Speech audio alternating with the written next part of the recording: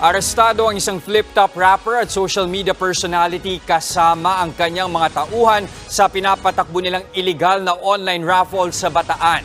Ang pag-aresto sa kanila nakunan pa sa mismong live stream. Nasa frontline ng balitang yan si Brian Castillo. Congratulations, engineer. Susunod, 2,000 pesos ulit. Good luck. Kumpleto ang setup ng raffle na ito na live sa Facebook nitong Huwebes, October 19. Ang jackpot, isang brand new SUV. Pero hindi na natapos ang raffle. Bigla kasing pumasok ang mga operatiba ng PNP Anti-Cybercrime Group. 2,000 pesos, first digit, number 4.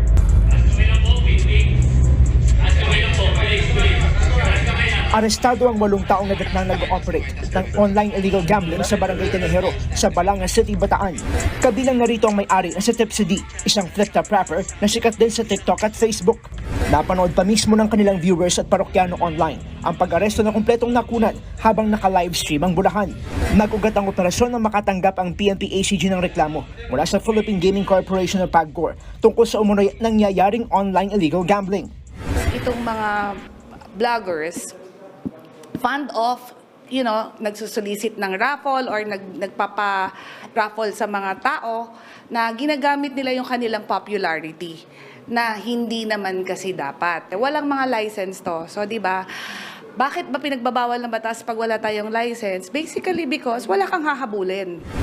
Ilang linggo raw minanmanan at nakasampung beses na subok pa ang mga operatiba bago na ikasa ang operasyon. Nakumpiska rito ang ilang gamit pang raffle, gadgets tulad ng laptop at smartphones, at gayon din ang mga equipment para sa internet connection.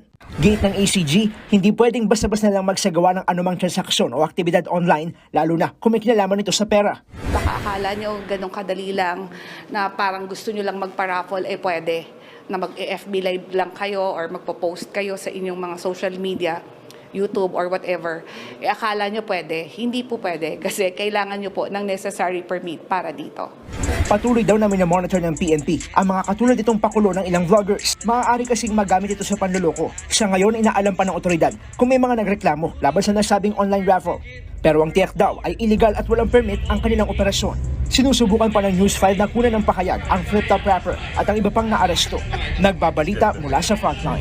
Brian Castillo, News 5.